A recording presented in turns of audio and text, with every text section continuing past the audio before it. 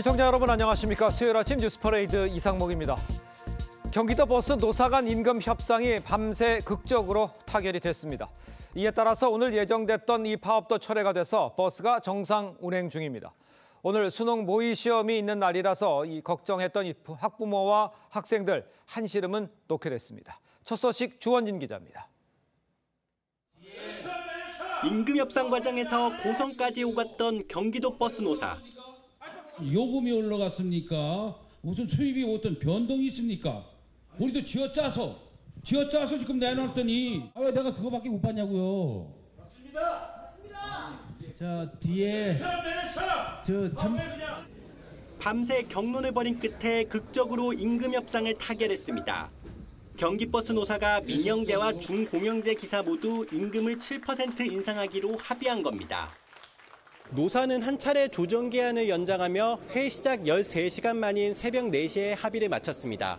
각고의 노력 끝에 얻어낸 아주 좋은 뜻깊은 결과라고 생각을 합니다. 노조위원장님들에게 이런 결단을 내리기까지 감사의 말씀을 먼저 드리겠습니다. 노사 간 극적 합의로 오늘 예고됐던 파업은 철회됐습니다. 수험생과 또 학부모들에게 걱정을 하지 않게끔 해준 데 대해서 감사 말씀드리고, 이에 따라 첫 차부터 정상 운행이 시작돼 오늘 수능 모의고사 시험을 보는 학생들과 학부모 등 시민들은 버스를 평소처럼 이용하게 됐습니다. TV조선 주원진입니다. 정부가 오늘 연금 개혁안을 발표를 합니다. 기금 소진 시점을 30년 연장을 목표로 이 모수 조정과 또 보험료 차등 인상 등이 담길 전망인데 국회 논의는 시작부터 쉽지 않아 보입니다. 왜 그런 건지 최민식 기자가 전하겠습니다. 지난달 29일 대국민 국정브리핑에서 국민연금개혁안 밑그림을 발표한 윤석열 대통령. 법에 명문화해야 합니다. 그래야 청년들에게 우리도 받을 수 있다는 확신을 심어줄 수 있습니다. 보건복지부는 오늘 기금 소진 시점 30년 연장 등을 목표로 한 연금개혁안 세부 내용을 발표합니다. 개혁안에는 모수 조정과 함께 청년, 중장년 세대의 보험료 인상 속도 차등화, 경제 상황 등에 따라 보험료를 자동 조정하는 안정화 장치 등이 담길 전망입니다. 정부 개혁안은 국회를 통해 입법돼야 하는데 넘어야 할 산이 많습니다. 여야는 아직 어떻게 논의할지도 못 정했습니다. 국민의힘은 연금개혁 특위를 꾸려 논의해야 한다는 입장입니다. 연금 특위를 구성해서 그래도 상당 기간 같이 고민하고 조율을 하고 또 그 결과를 내놓는 그런 과정이 필요하지 않을까요? 반면 민주당은 정부가 개혁안을 마련한 만큼 소관 상임위를 통해 논의하면 될 일이라고 맞서고 있습니다.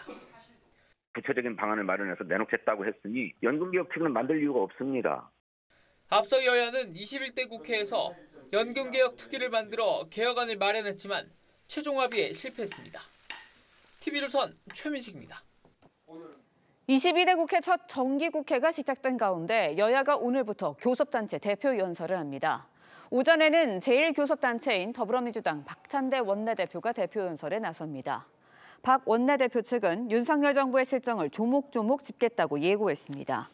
국민의힘 추경호 원내대표는 내일 연설할 예정입니다. 민주당을 비롯한 야5당이 해병대원 특검법을 4번째로 발의했습니다. 한동훈 대표가 제안했던 제3자 추천 방식을 반영했다고 하는데 결국 특검 후보 선택권은 그대로 야당이 줄 수 있는 구조입니다. 국민의힘 한동훈 대표 측은 무늬만 3자인 가짜라고 평가더라 했습니다. 최지연 기자의 보도입니다. 민주당 등 야5당이 해병대원 특검법 공동 발의안을 국회에 제출합니다. 대통령의 거부권 행사로 폐기된 2건과 이미 발의돼 있는 법안을 포함해 이번이 4번째 특검법입니다. 한동훈 대표가 국민들께 공언한 대로 제3자 추천, 대법원장 추천을 하면 처리하겠다라고 약속한 것을 저희가 이행하라라는 강력한 촉구도 지금. 법안은 특검 후보 4명을 대법원장이 추천하고 야당이 2명을 선택해 대통령에게 송부하는 내용이 담겼습니다. 대법원장 추천 후보 가운데 적합한 인물이 없다고 판단되면 야당이 다시 추천을 요청할 수 있는 비토권도 부여했습니다. 특히 재요청 횟수에 제한을 두지 않아 야당이 원치 않는 인사는 사실상 특검이 될 수 없는 구조입니다. 제3자 추천 방식을 제안했던 국민의힘 한동훈 대표 측은 무늬만 3자인 가짜라고 평가절하했습니다. 제가 내용 봤는데 바뀐 게 별로 없던데요? 제 입장은 그대로입니다. 권성동 의원도 입맛에 맞을 때까지 특검을 고를 수 있는 특검 쇼핑이라고 지적했습니다.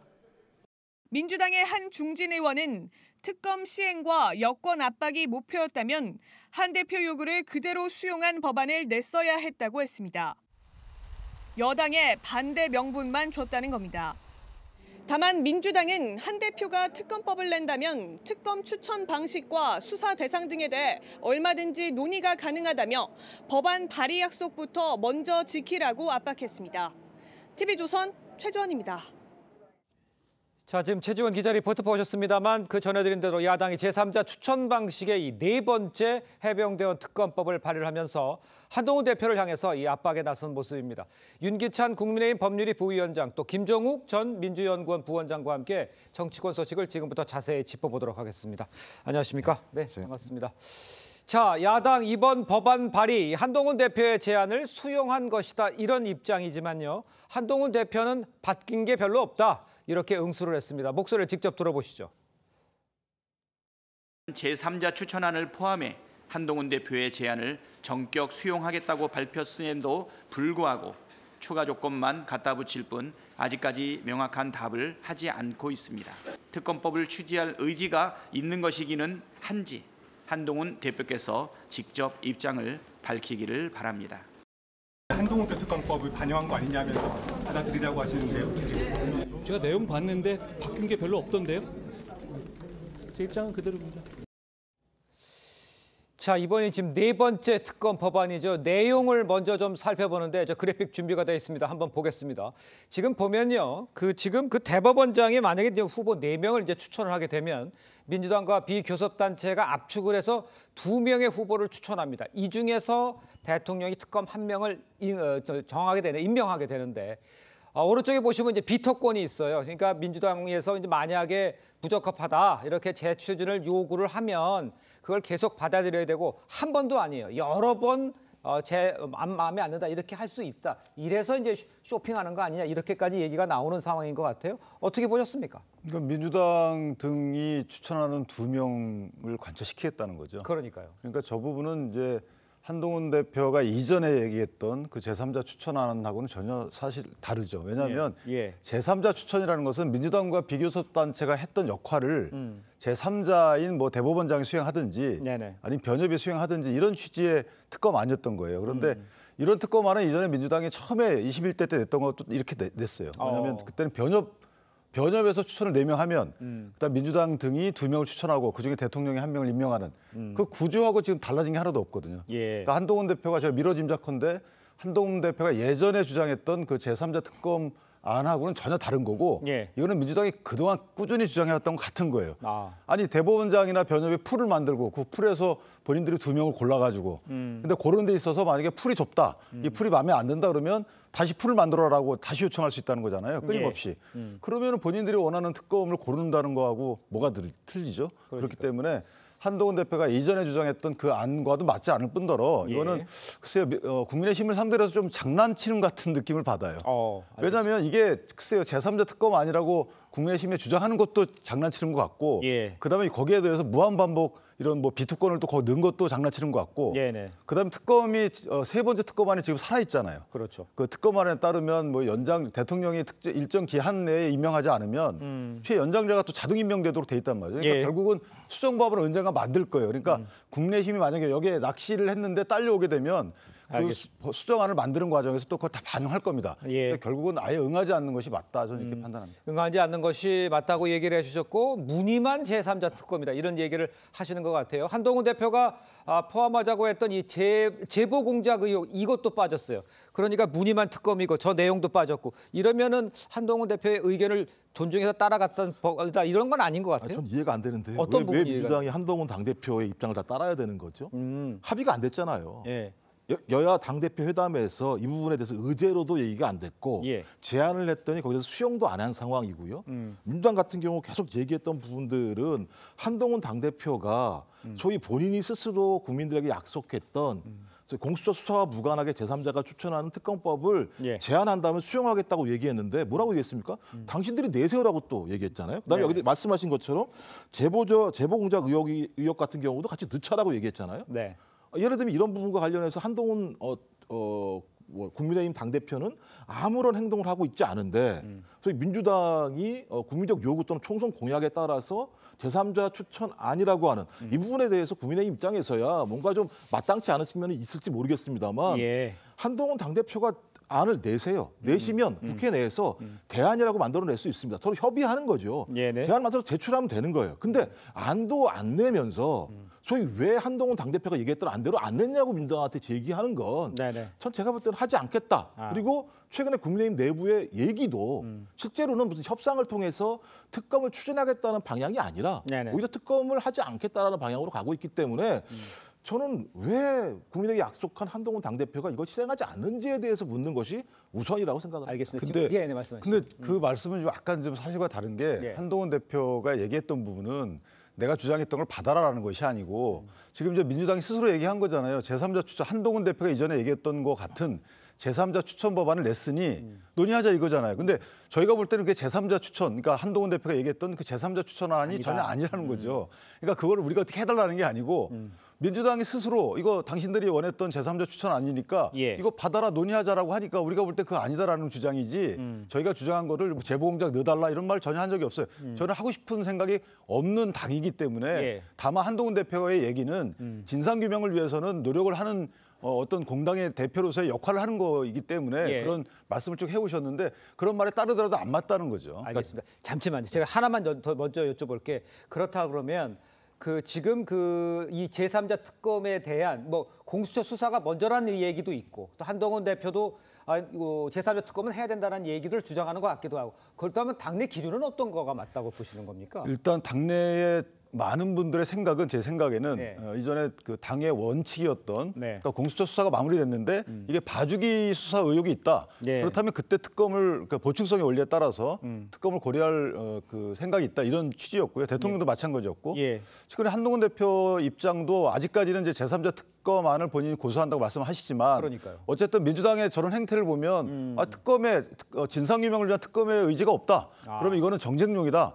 소위 일각에서 말하는 대통령 탄핵을 위한 빌드업이다. 이런 인식이 좀 강해지시는 것 같아요. 그렇다면 한동훈 대표의 인식도 좀 부정적인 방향으로 흐르시는 게 아닌가. 일단 공수처 수사 때까지는 특검을 가는 것이 적당하지 않다라고 인식이 아까 바뀌시는 게 아닌가. 저는 그렇게 개인적으로 생각합니다. 알겠습니다. 개인적으로도 공수처 수사 나올 때까지 특검을 가지 않을 것이라는 게 한동훈 대표 입장일 것이다라는 얘기를 해주셨는데 그렇다면 민주당에서는 지금 상황에서 봤을 때 그럼 한동훈 대표는 어떻게 나올 거라고 예상을 하십니까? 그러니까 제 얘기 뭐냐면 카드를 내놔달라는 거예요. 한동훈 대표가 내놔라? 한 번도 내놓지 않았으면서 민주당이 안을 내면 그건 아니야, 그건 아니야. 그러니까 제가 볼 때 쇼핑할 생각은 있는 건지. 그러니까 국민의힘에서 안을 내면 거기에 대해서 계속 부정적으로 말씀하시는데 내부의 얘기를 들어보면 제가 볼 때 그냥 아이쇼핑 수준이에요.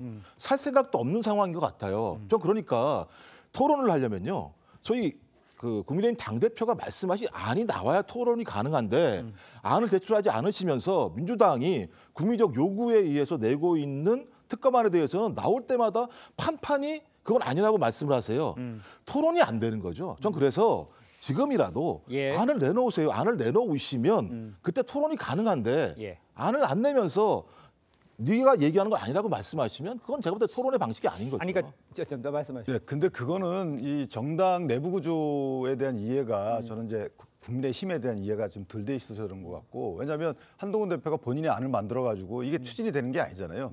당내에서 정당 개혁 차원에서 할 수 있는 일이 아닌 거고 결국은 이제 의회를 거쳐서 발의가 돼가지고 이게 통과돼야 되는 거잖아요. 그렇다면 이재명 대표처럼 그렇게 당내 입지가 상당히 강한 분이라면 제가 거기다 수식을 붙이지 않겠습니다만은 그런 어떤 절차가 필요 없겠지만 저 한동훈 대표 계속 얘기하고 있잖아요. 당내에서 논의하고 있는데 논의가 진척이 안 되는 거겠죠. 그러니까 의원들을 설득해가지고 거기에 의원들이 많이 동조를 해야지만 이 법안이 통과되는 거 아니겠어요? 그런 취지에서 보면 한동훈 대표의 말을 일단은 믿고 언제까지 내라 이렇게 얘기하는 게 신뢰 아닌가요? 오히려. 그러니까 기간은 뭐 정해주는 것이 신뢰다는 얘기를 하고, 근데 당내 상황이 민주당과 다르다, 뭐 이런 상황도 지금 언급을 해주신 것 같습니다. 자, 다음 얘기를 좀 잠깐 해보죠. 한동훈 대표로서는요, 공언했던 특검 발의를 추진하기로 하기도 이제 철회하기도 좀 난감한 상황이긴 한데 구미를 방문했어요. 이런 상황에서 그다음에 박정희 전 대통령 생각까지 방문했어요. 이거는 어떤 의미라고 뭐 짧게 좀 논평을 해주신다면 어떻게 생각하십니까? 저는 첫 번째는 이제 이재명 대표와의 이제 현안 갖고 당대표 회담을 했는데 이 당대표 회담에 본인이 기대했던 것 같은 이재명 대표의 입장이 아니었다. 아마 이런 생각을 하신 것 같아요. 그래서 앞으로도 원 운영 자체가 원활치 않겠다라고 판단하신 것 같고 그렇다면 어쨌든 국민 지지를 올려야 되는 부분이 급선무잖아요. 그렇죠. 그래야지만 민주당을 견제할 수 있는 거죠. 의회 내에서 의석 구조상 저희가 의회를 통해서는 민주당을 견제할 수가 없다. 폭주하는 민주당을. 그렇다면 국민적 지지를 끌어올려서 민주당을 견제하는 발판을 만들어야 된다는 시각을 갖고 있는 것 같고요. 그러려면 가장 국민의힘에 사실 정폭적 지지를 주어왔던 TK 지역부터 방문해서 그쪽부터 지지를 제고하는 이런 이제 전국 순회 계획을 세우지 않았을까 저는 개인적으로. 그래야지만 민주당이 폭주하는 사실은 이제 반헌법적인 행태를 막을 수 있는 것이지 의회 내에서는 계속 끌려다니면서요 불만만 표시할 수 있는 것이 실효적인 대책이 나올 수가 없다 이렇게 아마 판단한 걸로 생각합니다. 알겠습니다. 자, 계속해서 다음 이야기도 해보겠습니다. 여야가요 계엄령 준비 의혹을 놓고 연일 공방을 이어가고 있는 상황이죠. 어떤 이야기가 나왔는지 목소리를 다시 한번 직접 들어보겠습니다. 건의할 때 핵심은 두 사람입니다. 행안부 장관하고 국방부 장관이 건의하니까 다 충한 거예요. 서울에 보면 전두환이가 현재 방첩사령관이고요. 그다음 국방부 장관입니다. 그런데 요 3명 실행의 3명의 주체 중에 2명이 충한 거잖아요. 많은 제보가 들어오고 있어요. 제보요? 저한테도. 야당이 지도부부터 모두 집단적으로 실성을 했다. 증거도 있죠. 다 헛소리잖아요. 그 수준 이상의 이하도 아닌 것 같아요. 자, 뭐 약간 비꼬는 얘기도 있었습니다만, 근데 어제 이제 무슨 최고위원 회의라든가 전체 회의다 아니면 대변인의 논평이나 뭐가 또 나올 것 같이럼 예상을 했는데 조금 수그러드는 것 같아요. 뭐 민주당 내에서도 좀 어떤 다른 변화가 있습니까? 절대 변화가 있는 건 아닌 것 같고요. 전 김재원 최고는 계속 보면 말 참 곱게 하세요. 보면. 곱게 합니까? 아니 예를 들면 집권 여당의 최고위원이 야당 지도부에 대해서 실성했다고 말씀을 하시면 앞으로 토론하지 말아야죠. 국회에서 예를 들면 폭주한다고 말씀하시는데 냅두세요 그러면. 실성한 집단이 뭐 폭주를 하든 말든 내버려 두셔야 되는 거 아니에요? 왜 그렇게 말씀하시는지 모르겠어요. 어떻게 집권 여당이 매번 싸우려고 하십니까? 어떤 통치를 통해서 국민들의 지지를 얻어내고 국정을 운영할 생각을 하셔야 되는데 매번 싸울 생각만 하시는 것 같고 일단 말씀하신 것처럼 일단 수그러든 것은 아니고요. 충분한 경고가 됐다고 판단하는 것 같아요. 그러니까 경고는 누구한테 하는 거냐? 대통령실 또는 국방부, 소위 계엄이라고 하는 부분에 대해서 기획을 할 수 있고 과거 사례가 있었기 때문에 문건을 만들 수 있는 사람들에게 그런 거 하지 마, 그런 거 하면 안 돼. 이런 얘기를 한 것 같고 또 하나는 국민들에게 충분히 이 문제에 대한 경각심을 줬다라고 판단하는 것 같고요. 그러니까 내부적으로 이 문제와 관련해서 아마 계속 내용들을 수집하고 있는 걸로 알고 있고 말씀하신 제보 문제 계속 제기하시는데 증거를 대라 이런 말씀이시잖아요. 따지고 보면 정황 증거라도 있고 뭔가라도 정황 증거는 뭐 많이 나왔던 거죠. 예를 들면 대통령의 입으로 사회 곳곳에 반국가 세력이 암약하고 있다. 그러니 국민 항전의 의지를 모을 수 있는 방안을 강구해라라고 공개적으로 말씀을 하셨습니다. 그 다음에 최초로 자기의 경호처장, 그러니까 국방부 장관을 10개월 만에 교체를 했는데 자기의 경호처장을 그 자리에 앉혔습니다. 그다음에 지금 내부에서 뭐 어떤 얘기가 나오냐면 소위 경비 계엄 같은 경우는 검토가 된 게 아니냐 이런 얘기들도 흘러나오고 있습니다. 이런 정황들이 분명히 있기 때문에 거기에 대한 경고를 한 것이고요. 말씀하신 것처럼 앞으로 이 부분에 대해서도 내부에서 자료들을 수집할 것이고 수집한 자료가 제가 나온다면 그 부분에 대해서 다시 한번 때가 되면 아마 당 지도부 차원에서 얘기를 할 거라고 생각합니다. 객관적으로 봤을 땐 조금 수그러든 거 아니냐 이런 평가도 있는데 우리 김 교수님께서는 전혀 그렇지 않다라고 얘기를 하시는 것 같아요. 어떻게 보세요? 저는 이제 완전히 동떨어진 것이고 이건 국민을 향한 이제 거짓 선동이라고 저는 판단합니다. 또 정도가 너무 지나치고요. 첫 번째 이제 대통령이 을지국무위원회에서 한 부분은 그건 전쟁이 발발했을 때의 가정하에서 하는 거잖아요. 훈련 상황이 그런 상황이잖아요. 훈련은 가정적 상황을 토대로 해서 하는 겁니다. 그 당시 또 핵공격을 가정해서 한 상황이기 때문에 그걸 토대로 해서 계엄을 검토했다. 저는 글쎄요. 그건 논리적으로 비약이라고 보고 그다음에 항상 보면 이 민주당은 먼저 탄핵도 그래요. 탄핵 발의해놓고 증거 수집을 하잖아요. 아니 증거 수집돼야 탄핵을 하는 거고 그럴 만한 이유가 있는 걸 확인하고 나서 탄핵을 하든지 해야 되는 건데 그때도 탄핵 발의해놓고 심지어 결의해놓고 나서 의결해놓고 나서 증거 수집해요.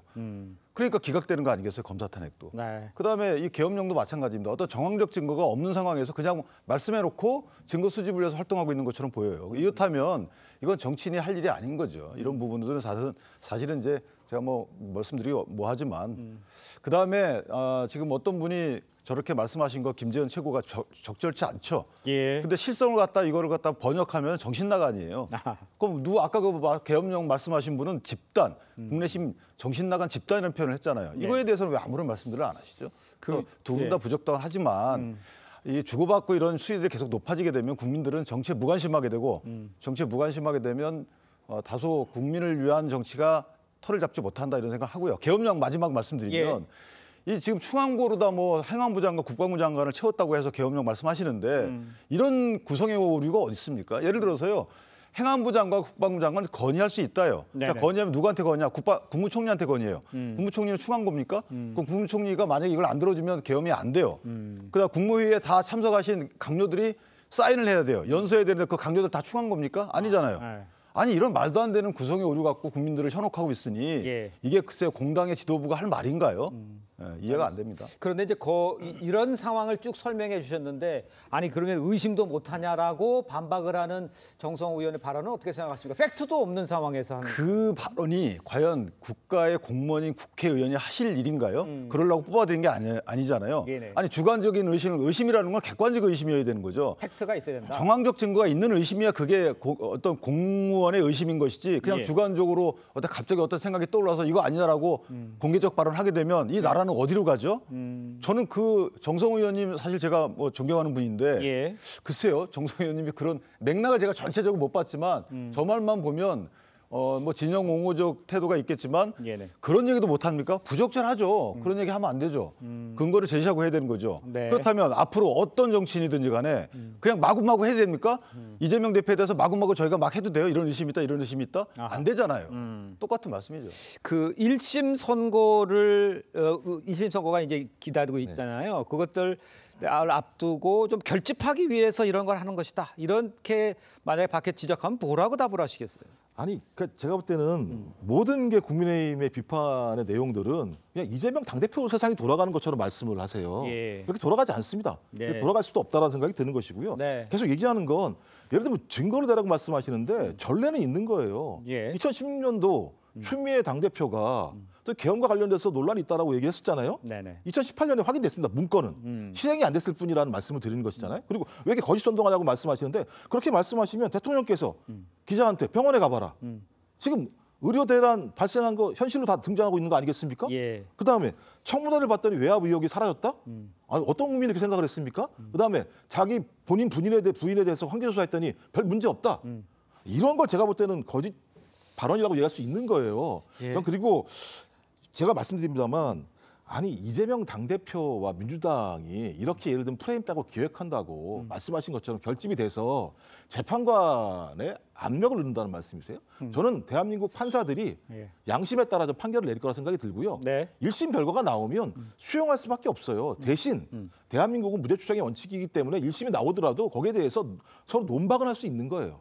근데 1심에 나와서 유죄가 나오면 대단히 큰 문제가 있는 것처럼 만약에 무죄가 나오면 어떻게 될 건지에 대한 알겠습니다. 같이 얘기를 해야 되는 거죠. 알겠습니다. 두 가지는 다. 짧게만. 교수님 그 말씀은 조금 오해 소지가 있는 게 자 어떤 계엄에 관련된 것은 아예 징후가 없잖아요. 그러니까 그거에 대한 해석과 관련돼서 주관적인 해석이 들어가는 건 괜찮아요. 그런데 그런 징후 자체가 없는 거예요. 예를 들면 어떤 문건이 나와가지고 이전 2016년도에 작성됐다는 거, 2017년에 작성됐다는 거, 2018년도에 문재인 대통령이 수사 지시했다는 거, 그럼 문건이 나오게 되면 그 문건 관련돼서는 이게 실행 의지가 있는 건지 아닌지 대비용인지 이거에 대한 논박은 있을 수 있는 거죠. 그런데 지금 그게 없는 거고요.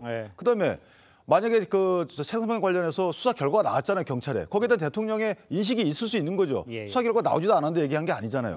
그다음에 응급실 문제도 그래요. 정부가 최선을 다하고 있으니까 아직까지 문제가 없다라고 표현한 건데 이건 분명히 표현의 여지가 재량 범위 내예요. 그런데 이건 그게 아니잖아요. 이거는 계엄에 대한 징후가 있습니까? 문건이 있습니까? 아무것도 없어요. 알겠습니다. 그러니까 지금 요지는 그런 것 같아요. 지금 뭐 무슨 말씀하시는지 제가 충분히 이해를 했고 많이 들었는데 결론적으로는 제보는 상상력이 아니라 팩트여야 한다는 거, 팩트의 근거를 제시하지 않고 있다는 게 이게 좀 핵심인 것 같습니다. 자, 다음 소식도 짚어보겠습니다. 어제 열린요 심우정 검찰총장 후보자 인사청문회에서 문재인 전 대통령 수사 또 김건희 여사 수사를 둘러싼 여야 공방이 치열했습니다. 영상 먼저 보겠습니다. 근데 자격도 되지 않는 사람을 중앙지검장, 검찰총장 승진시켰더니 지금 수사를 하고 있는 거죠. 저는 배은망덕 수사라고 생각합니다. 폐륜 수사라고 생각해요. 윤석열 대통령이 담당 검사나 검찰총장을 불러서 내가 은혜를 갚아야 되니 이 수사는 하지 말라고 그렇게 지시를 해야 되겠습니까? 김건희 도이치모터스 주가 사건은 몇 년째 결론을 못 내리고 있고 300만 원 명품백서는 감사의 표시라고 면죄부를 주고 있어요. 전 영부인에 대해서는 제대로 된 수사가 제대로 이루어지고 있다는 얘기가 잘 안 들리는데 우리 김건희 여사에 대해서는 뭐 수사가 이미 진행돼서 후보자는 대통령께 충성을 맹세하셨습니까? 위원님, 그건 너무 좀 모욕적인 질문이신 것 같습니다. 전혀 그런 사실 없습니다. 자, 일단 야당이 문 전 대통령 일가에 대한 검찰 수사, 폐륜 수사라고 비판하자 여당에서는 그럼 은혜를 갚기 위해 수사를 중단시켜야 하느냐 이렇게 반문했어요. 어떻게 생각하세요? 뭐 제가 볼 때는 이 문제 관련해서는 전 정치 검찰의 정치 수사라고 하는 부분에 대해서 그 의혹을 갖다가 버릴 수가 없다. 왜냐하면 이제 2020년 이 사건 문제도 마찬가지입니다만 2020년도에 이 부분에 대해서 국민의힘에서 고소고발한 거 아니겠습니까? 3년이 지나고 난 다음에 2023년도 9월 달부터 수사가 시작되기 시작했어. 네네. 올해 5월 달에 민정수석, 그다음에 서울지검장 바뀌면서부터 수사가 본격적으로 시작돼서 소위 수사 내용들이 지금 계속 밖으로 흘러나온단 말이에요. 근데 왜 그러냐면 지금 국민의힘 의원들이 제시한 내용이 뭐냐면 문재인 정부였기 때문에 수사가 안 됐다고 말씀하시는 거예요. 그럼 역으로 따지면 윤석열 정부가 등장했으니까 수사된다고 얘기할 수 있는 거예요. 전 여야 문제를 떠나서 저희 정치 검찰이 이렇게 수사 행태들을 외부에 흘리는 것들을 보면 매우 정치적인 수사가 진행되고 있다는 생각이 들어서 말씀하신 것처럼 뭐 계엄에 대해서 증거를 내라고 말씀하시는 측면들이 있잖아요. 제가 볼 때는 지금 나온 내용 가지고는 증거가 명확하지 않다는 생각이 들어요. 좀 흘리는 거 아닌가 생각이 들기 때문에 좀 매우 좀 안 좋은 방식의 수사가 진행되고 있다 이렇게 생각을 합니다. 자, 그러면 심우정 만약 검찰총장보다는 앞으로 어떻게 어느 부분에 중점을 둬서 일을 해나가야 될 것 같아 보이세요? 아니 근데 처음에 이게 사실 수사 관련돼서 저렇게 그 법사위원장부터 해서 수사를 뭐 이 폐륜이니 은혜니 글쎄 정치보복까지 제가 이해를 하겠어요. 그런데 아니 그러면 폐륜 은혜 이런 거 안 하려면 봐주기 수사해야 되고 더 심하게 해야 되고 이래나요? 그러니까 수사는 조작 수사만 없으면 되는 거 아닙니까요? 그 심우정 총장의 경우에는 사실 이제 문재인 정부 문재인 대통령에 대한 수사는 원칙대로 해야 되겠죠. 그러니까 김건희 여사에 대한 처분도 원칙대로 해야 되겠죠. 오히려 여론이나 민주당의 저런 시각을 반영해서 처분하게 되면 그것이 잘못된 거 아니겠습니까? 개인적으로 수사심의위원회 결론이 나올 텐데 그 수사심의위원회 결론대로 처분할지가 가장 큰 고민일 겁니다. 김건희 여사에 대해서는. 일단 그거부터 난관에 부딪힐 텐데 어쨌든 본인이 기록을 한번 읽어보는 것도 나쁘지 않을 거라고 봅니다. 개인적으로는 보고만 받지 말고 4장 5장짜리 보고서가 아닌 본인이 기록을 한번 읽어보고 판단에 본인의 의견도 보태는 게 어떨까라는 생각을 합니다. 알겠습니다. 민감한 수사 사안에서 어떻게 나올지 한번 지켜보도록 하겠습니다. 자, 다음 소식 짚어보죠. 어제 열린 김영현 국방부 장관 후보자 인사청문회. 여야의 막말과 고성을 주고받으면서 끝내 청문회가 파행을 냈습니다. 그 모습 먼저 보겠습니다.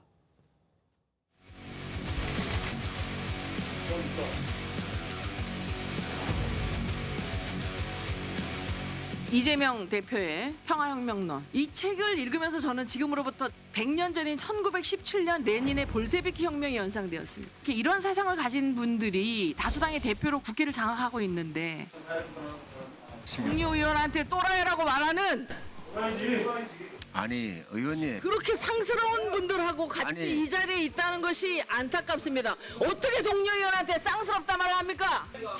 자 레닌의 볼세비키 혁명하고 손가락질하지 마세요. 왜 손가락질하는 거야? 자 의원님 저 잠시 정회를 선포하겠습니다.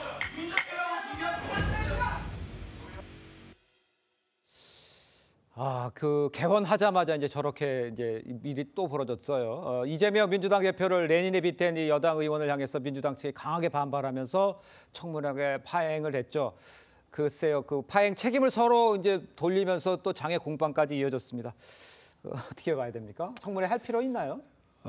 글쎄 청문회가 본인들이 그 국민과 보는 본인 단독 청문회 같아요, 의원들이. 네. 예를 들면 밈을 만들거나 좀 쇼츠를 만드는 이런 청문회 같은데. 그러니까요. 강선영 의원이 저 사실을 본인이 이제 이재명 대표가 어떤 선동적 정치를 한다라는 의미는 제가 어렵게 이해를 하겠는데 문제는 맥락이 지금 없어요. 네네. 국방부 장관 청문회에서 이재명 대표의 당대표직 수행과 관련된 여러 가지 자격 문제를 저기서 제기하는 것은 맞지 않나 보이고 본인이 읽은 책에 대해서는 이제 본인의 주변 의원들하고 얘기할 땐 그렇게 얘기할 수 있어도 저런 공개적인 장소에서 또 청문회에서 저건 이제 상당히 부적절했다.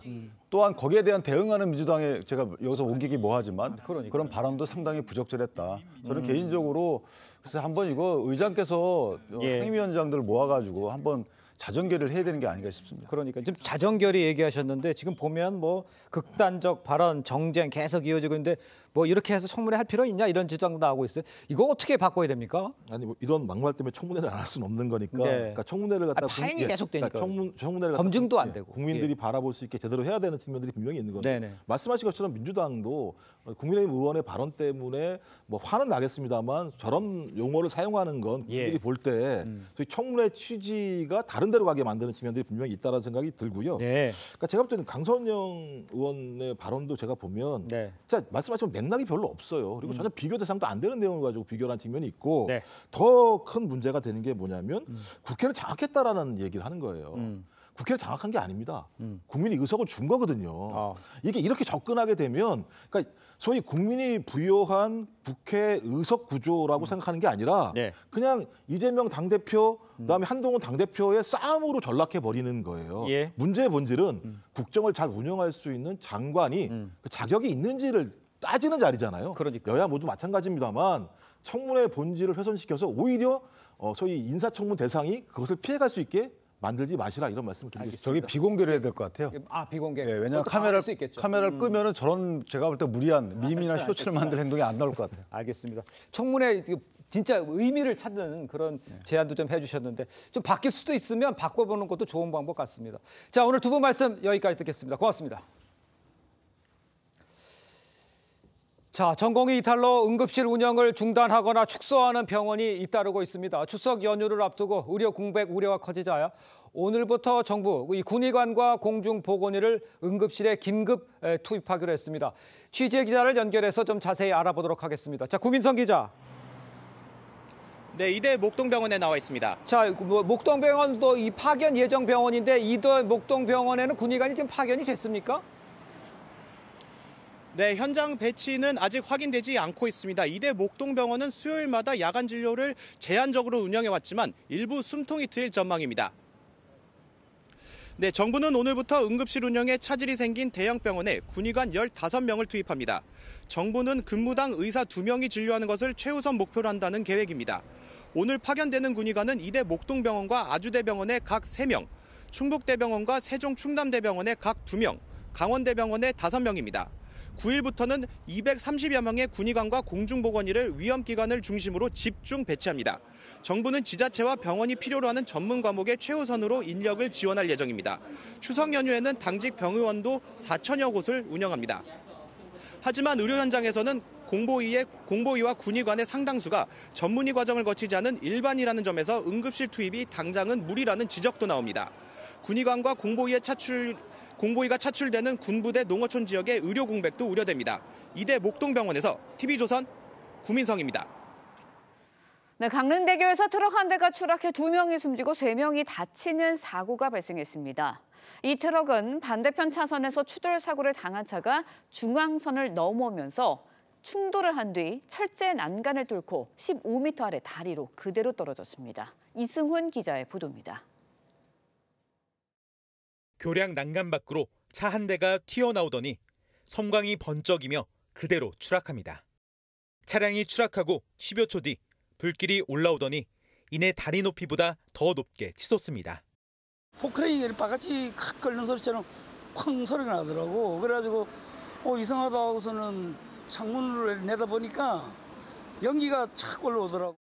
15m 다리 아래로 1톤 트럭이 추락한 건 반대편 차선에서 발생한 추돌 사고 때문입니다. 추돌을 당한 SUV 한 대가 갑자기 중앙선을 넘어오자 피할 겨를도 없이 충돌해 난간을 뚫고 떨어지며 전선까지 끄는 겁니다. SUV 뒷차량이 앞차량을 추돌을 하니까 그 앞차량이 중앙선을 넘어서 그 마저도 포토 차량이랑 부딪혀서 이 사고로 70대 트럭 운전자와 50대 동승자가 숨졌고 추락 직전 트럭에서 튕겨나온 60대 동승자와 추돌 사고 차량 운전자 2명도 다쳤습니다. 차량 화재가 전신주로 옮겨 붙으면서 인근 일부 주택이 정전됐습니다. 차량이 추락한 곳입니다. 사고 트럭은 치웠지만 이렇게 사고 충격으로 불탄 흔적은 그대로 남아 있습니다. 경찰은 최초 사고를 낸 20대 운전자의 음주 여부 등을 조사하고 있습니다. 또 다리 난간이 안전 기준에 맞게 설치되고 관리됐는지도 살펴볼 계획입니다. TV조선 이승훈입니다. 네, 코로나 확산 초기 시기인 지난 2020년 현장 예배를 강행해서 기소가 됐던 김문수 고용노동부 장관 2심에서 유죄를 선고받았습니다. 네, 관련 내용 설주한 변호사, 강전의 변호사와 함께 자세히 짚어보도록 하겠습니다. 네, 안녕하세요. 안녕하세요. 자, 앞서 김문수 장관 혐의와 관련해서 1심 재판부는 무죄를 선고한 바가 있습니다. 그런데 2심에서 이제 유죄가 나온 거잖아요. 왜 2심에서 판단이 나온 겁니까? 예, 일단은 김문수 지금 고용노동부 장관과 신도들이 한 교회에서 2020년 3월부터 4월 사이에 4번 대면 예배를 한 것에 대해서 감염병 예방법 위반으로서 기소가 됐던 사건입니다. 당시에는 많이들 기억하시겠지만 집합금지 명령이 있었잖아요. 그런데 온라인 예배를 하지 않고 대면 예배를 했었던 것이고 당시에 김문수 장관 같은 경우에는 3회, 4번 중에서 3회 참석을 했다고 알려지고 있습니다. 말씀하신 것처럼 2022년 11월에는 이 사건이 무죄가 선고가 되었었습니다. 그러니까요. 그때는 종교 행위의 자유는 공공질서 유지를 위해 제한이 가능하다라고 보면서도 현장 예배 금지로 침해되는 사익이 달성할 수 있는 공익보다 작다고 할 수 없다라고 결정을 했었던 부분이 있는데요. 그런데 이제 새로 나온 항소심에서는 완전히 뒤집힌 것이죠. 그래서 모두가 다 유죄 판결을 받았는데 김문수 장관 같은 경우에는 벌금 250만 원, 그리고 목사와 신도들 같은 경우에는 각 100에서 300만 원 정도 벌금이 나왔습니다. 항소심에서 이렇게 뒤집히게 된 이유는요. 감염병 예방과 억제를 위해서 국가와 시민들이 모두 노력을 함께 하고 있었는데 이 노력을 헛되게 만들 수 있다라고 하면서 죄질이 좋지 않다라고 봤던 것이죠. 그리고 현장 예배 금지가 종교의 자유 침해라고 1심 판결에서는 보았었는데 이 부분도 좀 뒤집혔습니다. 왜냐하면은 온라인 예배라는 대안이 있다라고 항소심에서는 보게 된 것이죠. 그렇군요. 네, 알겠습니다. 근데 김문수 장관이 장관직에 지난달 30일에 취임을 했습니다. 그러니까 취임한 지 일주일도 되지 않아서 유죄가 선고가 된 거거든요. 장관직 계속해서 이행하는 데 문제가 없을까요? 네, 결론적으로는 상관이 없습니다. 직을 유지하는 데 상관이 없고요. 왜 그러냐면 국가공무원법상의 어떤 공무원이 직을 상실하는 경우는 금고 이상의 형이 선고됐을 때만 되기 때문에 이번 사건과 같이 벌금형의 경우에는 직을 유지하는 데 전혀 상관이 없습니다. 그렇군요. 자, 다음 이야기도 좀 해보겠습니다. 마약류 상습 투약 혐의로 재판을 받아온 이 배우 유아인 씨. 1심에서 징역 1년을 선고받고 법정 구속됐습니다. 재판부가 유아인 씨의 이 재범 위험성 크다 이렇게 판단을 한 것 같은데 이유는 어떻게 볼 수 있습니까? 네, 어제 유아인 씨가 징역 1년을 선고를 받고 법정 구속이 되는 상황이 있었기 때문에 언론에 크게 보도가 되고 있는데요. 마약류 관리법 위반입니다. 일단 유아인 씨 같은 경우에는 미용 시술을 빙자해서 181회 프로포폴을 투약을 했고 마약성 수면제를 처방을 받는데 이걸 타인 명의로 1,100여 정 이상을 처방을 받은 것으로 알려졌습니다. 그리고 해외에서 3차례 대마 흡연을 한 것도 모두 유죄로서 인정이 되었는데요. 재판부에서는 엄중한 처벌이 불가피하다라고 이야기를 하면서 지금 유아인 씨에 대한 기간, 횟수, 방법 그리고 양 모두가 좀 엄중하다라고 보고 있는 것입니다. 특히 2021년경부터 유아인 씨에게 의료진들이 이 프로포폴에 대한 의존도라든지 이런 것에 대해서 계속적으로 위험하다라는 경고를 했었다라고 해요. 그럼에도 불구하고 본인이 약물에 대한 의존 의존도가 심각하기 때문에 재범의 위험성이 낮지 않다라고 보면서 어제 결국 법정 구속이 되었습니다. 그렇군요. 네, 일단은 징역형이 내려졌습니다. 그러면서 재판부가 유아인 씨가 약물 의존성을 솔직하게 고백하고 극복하기 위해서 노력했다는 점 고려했다라고 밝혔는데 더 높은 처벌을 내릴 수도 있었다라는 취지인가요, 그러면? 그러니까 양형사유에서 판단이 됐을 것 같아요. 보통 그래요? 양형사유에서 가장 중요하게 여기는 게 뭐냐면 이런 사건 같은 경우 마약 사건 같은 경우에 재범의 위험성입니다. 또다시 할 위험성에 대해서 상당히 어떻게 재판부에서 판단하느냐에 따라서 중형이 선고되기도 하고 아니면 형이 좀 감형되기도 하는데 저는 유아인 씨가 지금 본인이 어떤 이 약물 의존성에 대해서 본인이 마약을 하게 된 동기에 대해서 일단 인정을 하고 있는 부분이 재판부에게 일단 인정이 됐다라는 것이고요. 그리고 앞으로 어떤 이런 것을 재범을 하지 않기 위해서 본인이 노력하고 있다는 것이 반영됐기 때문에 저는 감형 어느 정도 4년의 구형인데 1년의 징역형이 선고가 된 것으로 보입니다. 그러니까 솔직하게 의존성을 고백했다. 이 부분에 참작이 됐다 이렇게 지적을 해주신 것 같은데 그런데요. 이 재판부가 유아인 씨를 이 법정 구속한 이유를 보면요. 징역형을 선고했기 때문에 도주 우려가 있다. 이렇게 봤어요. 이 판단은 어떻게 해석을 하는 게 맞습니까?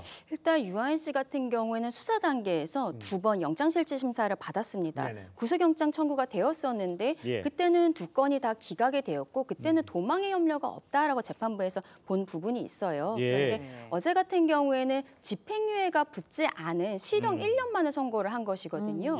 그렇기 때문에 실형만 남았기 때문에 지금 상황에 있어서는 혹시라도 있을지 모르는 도망의 염려가 있다라고 생각을 해서 법정 구속을 하게 된 것이죠. 그런데 말씀드린 것처럼 영장실질심사 단계에서의 판단과는 좀 다른 부분이 있기 때문에 유아인 씨 측에서는 아마도 항소를 해서 집행유예를 받고 싶은 이러한 부분들을 어필하게 되지 않을까라고 생각이 듭니다. 네, 알겠습니다. 유아인 씨 대마 흡연 교사 혐의와 관련해서 무죄가 판단이 됐다, 선고가 됐다라는 소식도 좀 전해드리고요. 다음 소식도 짚어보도록 하겠습니다. 불법 스포츠 도박 사이트를 운영한 일당이 무더기로 검찰에 넘겨졌는데 판돈이요. 4천억 원입니다. 이들이 뭐 중학교 동창생들이었다고 하는데 이게 어떻게 이렇게 조직이 된 건가요? 네, 그러니까 그 경기 북부경찰청에서 사이버 수사대에서 수사를 하게 된 내용인데요. 이게 4천억이라는 판돈은 아마 기간이 길어서 그렇습니다. 6년 6개월 동안 아마 활동을 했거든요. 그러니까 이번에 30대 총책 A 씨를 포함해서 42명이 검거가 됐고요. 그 중에서 12명을 구속 송치했다고 경찰에서 밝혔습니다. 특히나 이것이 상당히 충격적인 이유는 이게 핵심 조직원이 18명 정도가 있는데 대부분이 그 서울 소재 한 중학교 동창인 관계로 드러났습니다. 근데 이 동창들이 서로 어떤 점조직 형태로 어떤 활동을 하면서 서로의 역할 분담조차도 알지 못하는 상태로 이것을 계속 지속했다는 것이고 이들이 6년 6개월 동안 전국적으로 활동을 할 수 있었던 것은 한 3개월에 한 번씩 장소를 옮긴다든지 그다음에 검찰 수사에 를 피하기 위해서 IP를 어떤 돌린다든지 아니면 추적이 안 되도록 한다든지 여러 가지 지능적으로 범행한 것들이 이번에 이제 발각이 된 거고요. 뭐 그 수익은 이제 한 106억 정도, 범죄 수익은 106억 정도로 추정이 돼서 이에 해당하는 것들 지금 이제 수사가 된 상태입니다. 알겠습니다. 설 변호사님 지금 수익 얘기해 주셨는데 106억 범죄 수익이 이렇게 지금 추정이 되고 있습니다. 그러니까 어떻게 이렇게 막대한 수익 창출이 가능했던 건지 또 이 범죄 수익 106억 이걸 환수할 수는 있는지 사실 이게 좀 궁금해요. 6년이 넘는 기간 동안 이 범행을 유지할 수 있었던 것인데요. 일단은 대포 통장에 문제가 있습니다. 이 지인들로부터 통장을 만들면서 한 달에 100만 원씩 지급을 했어요. 그래서 그러한 대포 통장을 사용한 것. 그리고 사무실이 전국적으로 12개 정도가 있었는데 이 사무실을 3개월마다 이전을 하는 치밀함을 보였던 것이죠. 그리고 가상 계좌 를 쓴다든지 IP를 우회한다든지 이런 것들을 사용하면서 어떤 수사를 따돌리는 모습들을 보였기 때문에 6년이 넘는 기간 동안 범행을 이어올 수 있었던 것으로 보입니다. 그 지금 수익이 한 106억 정도로 현재는 알려져 있는데요. 일단은 검거를 하는 과정에서 차량에서 현금을 2억 2천만 원 정도를 찾았다라고 해요. 그리고 수사기관에서 지금 그 관련 피의자들의 재산을 처분 금지를 해놨는데요. 69억 원 정도에 대해서 대해서 기소정 추진 보전을 지금 해놓은 상황입니다. 아, 그렇군요. 네, 그리고 네. 수사기관에서는 앞으로도 남은 부분에 대해 더 수사를 하면서 은닉되어 있는 재산들도 다 찾아내겠다라는 의지를 보이고 있습니다. 네. 그런데요, 이들이 텔레그램을 통해서 회원들의 연락처를 샀다고 합니다. 네. 그럼 요즘에 텔레그램 범죄 악용되는 사례가 굉장히 늘고 있거든요. 근데 텔레그램은 사실 뭐 서버가 어디 있는지도 잘 모르겠고 수사도 좀 어렵다고 알려져 있는데 미리 막을 방법은 없는 건가요? 예방적 방법은 조금 사실적으로 지금 어려운 것 같습니다. 그래요. 아예 예를 들어서 텔레그램에 접속을 한국 내에서 차단을 한다면 모를까. 그렇지 않으면 국내에서 쓰는 부분에 대해서는 사전적으로 이것을 예방하기는 상당히 어렵다고 보이고요. 뭐 이와 관련해가지고 전 세계적으로 문제가 있긴 합니다. 이 텔레그램의 창시자인 파벨 두로프 같은 경우에도 러시아 당국에 어찌 보면 그 탄압을 받다가 지금 오히려 프랑스에서 지금 체포가 됐거든요. 근데 프랑스에서 체포가 된 혐의 등도 보면 마약 거래, 자금 세탁 공모, 아동 음란물 유통 등이래. 이런 혐의 12가지 혐의가 있는데 이것들 모두 다 지금 우리 국내에서 문제가 되고 있는 것들이거든요. 그런데 이런 부분에 대해서 사전적으로 어떤 이것을 막기는 어렵지만은 최근에 어떤 그 우리나라에서 방통위에서 이 부분에 대해서 조금 심각성, 불법 게시물에 대해서 심각성을 얘기하자 이 텔레그램 한국 담당자가 삭제를 했다라는 얘기가 들리고 있거든요. 그러니까 텔레그램 측에서도 지금 국내 어떤 정부기관과 호흡을 맞춰서 이러한 불법적인 거에 대해서는 적극적으로 대응하겠다고 하는 것이 방침으로 드러났습니다. 그러니까 거기서 적극적으로 대응하는 방침이 지금으로서는 유일한 방법이 된다 이렇게 말씀하시는 것 같아요. 자, 오늘 말씀은 여기까지 듣겠습니다. 고맙습니다. 고맙습니다.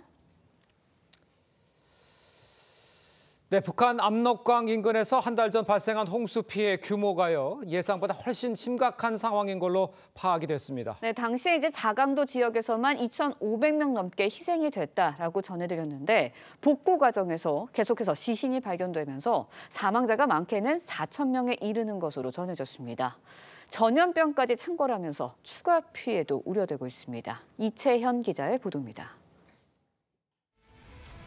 보트에 탄 김정은 위원장이 흙탕물이 된 압록강변을 돌아봅니다.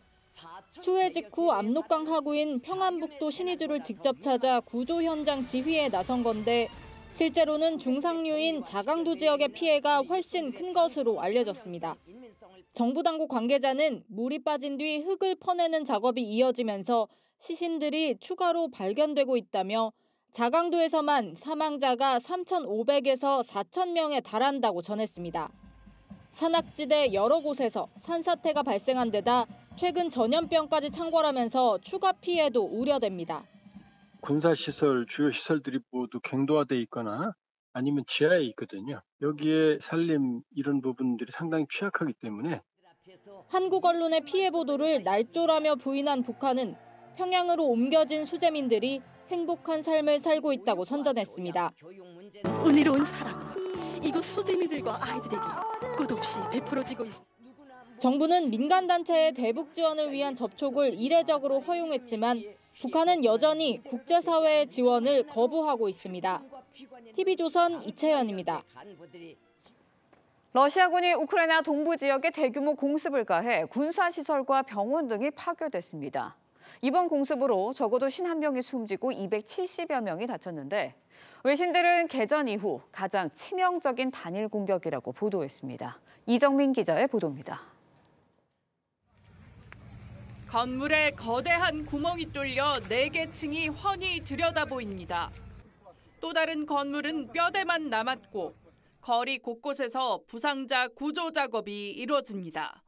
러시아군이 현지 시간 3일 우크라이나 동부 폴타바에 탄도미사일을 발사해 피해가 속출했습니다. Почув звук, летить ракета. Я вже трошки звичний до такого, встиг вставатися, вибігти в коридор. Коти за мною. Так. 미사일 공격으로 군사시설과 병원, 주택 10여 채가 파괴됐습니다. 폭격을 맞은 군 시설은 통신과 전자 분야 장교와 드론 조종사를 교육하는 곳으로 사상자 가운데는 외국인 교관도 포함됐습니다. 이번 공습으로 적어도 51명이 숨지고 270여 명이 다쳤습니다. Відомо, що під завалами зруйнованої будівлі є люди. За наявною зараз інформацією, цей російський удар вбив 51 людину. 외신들은 이번 공습을 개전 이래 가장 치명적인 단일 공격이라고 평가했습니다. 미 정부는 러시아군을 비난하며 우크라이나 추가 지원을 시사했고 영국과 독일 정부도 강력 비판했습니다.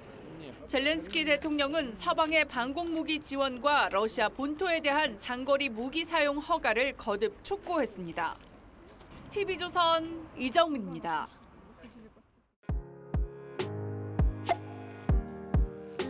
네, 렌즈에 담긴 그 순간 그 의미를 짚어보는 시간이죠. 사진기자가 선택한 아침의 한 장입니다. 오늘은 조선일보 사진부 박상훈 기자와 함께합니다. 안녕하세요. 오늘 아침에 볼 사진 어떤 건가요? 네, 강원도 강릉 바닷가에 제비들이 줄지어 앉아 있습니다. 기온이 내려가면서 제비들도 가을이 온 것을 감지했나 봅니다. 강남으로 내려가 월동을 하려고 준비하고 있는 듯하네요. 찜통 더위가 한풀 꺾이자 외국인 관광객들과 시민들도 꽃밭을 걸으며 가을 정취를 만끽합니다.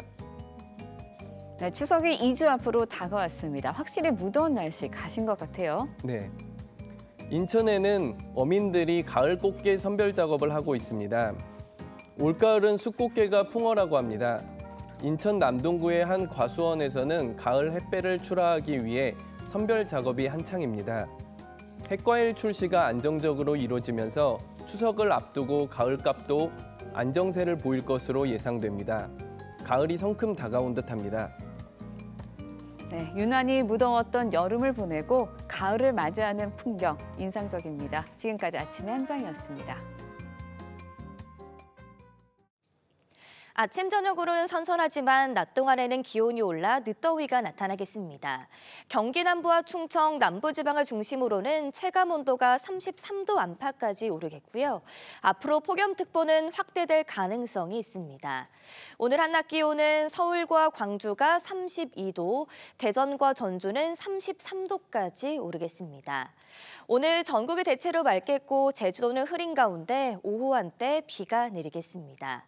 내일은 중서부 지방에 비가 내리겠고요. 금요일에는 동해안과 제주에 비가, 그 밖의 지역에서는 소나기가 내리겠습니다. 여름이 지나고 선선한 가을이 시작되는 이맘때 면역력을 챙기기 위해 꼭 챙겨 먹어야 하는 제철 음식은 무엇이 있을까요? 먼저 은행입니다.